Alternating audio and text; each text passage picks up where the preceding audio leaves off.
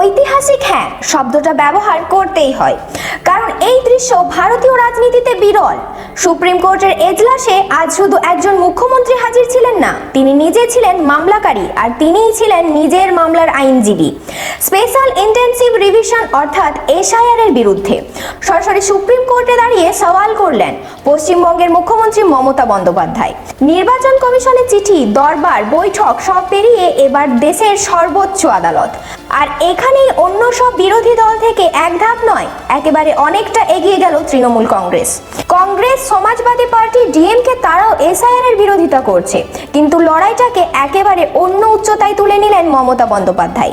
নিজের দায়ের করা মামলায় নিজেই দাঁড়িয়ে যুক্তি দিলেন বিচারপতিদের সামনে।